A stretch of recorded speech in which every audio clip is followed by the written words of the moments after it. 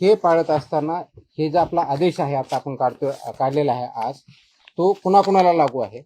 Who will be all covered in this. It is applicable to all establishments who are dealing in the edible oil industry.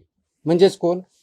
तेल expeller units म्हणजे oil expeller units, solvent extraction unit, तेल शुद्धीकरण जे करतात ते सर्व, वनस्पती, inter स्टरिफाईड वनस्पती, मेद, बेकरी, शॉर्टनिंग, मार्गारीन व टेबल स्प्रेड यांचे उत्पादक, बहुस्रोत खाद्य वनस्पती तेलाचे ब्लेंडर्स, पुनर्पॅकिंग अँड पुनर्लेबलिंग इंडस्ट्री, आयातदार, घाऊक विक्रेते, वितरक, सुपरस्टॉकिस्ट व वाहतूकदार, आणि किराणा दुकाने, सुपरमार्केट, डिपार्टमेंटल स्टोअर तसेच ई कॉमर्स आणि ऑनलाईन विक्रेते. दिस इज ॲप्लिकेबल टू ऑल. म्हणजेच तुमचं प्रोडक्शन पासून ते विक्रीपर्यंत सर्वजण याच्यामध्ये कव्हर होतात. याचबरोबर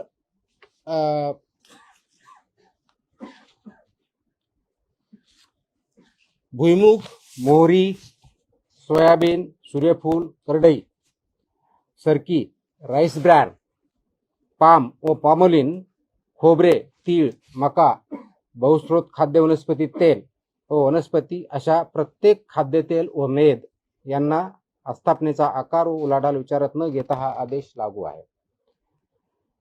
महाराष्ट्रामध्ये आजच्या डेटला खाद्यतेल उत्पादक जे आहेत सेंट्रल लायसन्स आहे 212, महाराष्ट्राची म्हणजे स्टेट लायसन्स आहे 285, असे 497 मॅन्युफॅक्चरर्स आपल्या महाराष्ट्रामध्ये रजिस्टर्ड आहेत.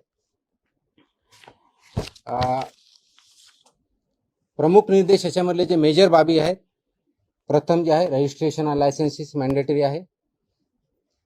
शेड्यूल 4 पार्ट 2 याच्यानुसार प्रोडक्शन करणं हे मॅन्डेटरी आहे. आपण याच्यावर अगोदर काही चर्चा केलेली आहे. विक्रीचे स्वरूप जे आहे, खाद्यतेलाची विक्री केवळ आणि केवळ सीलबंद, छेडछाड स्पष्ट व पूर्ण लेबल असलेल्या वेष्टनातूनच करणं अपेक्षित आहे. म्हणजे त्याचा अर्थ सुट्ट तोल तुम्हाला विकता येत नाही. सुटे आणि वेष्टन रहित विक्रीस प्रतिबंध आहे. हा रेग्युलेशननुसार आहे. हा आज मी नवीन आहे ते रेग्युलेशननुसारच आहे. सुट्या स्वरूपातील तेल रवाना करणारा उत्पादक, दिस इज ऑल्सो इम्पॉर्टंट, म्हणजे जो सुटो तेल ट्रान्सपोर्ट करतो म्हणजे जो सेल करतो तो उत्पादक अथवा वितरक हा मूळ उल्लंघन करता असतो. He is basically basic offender.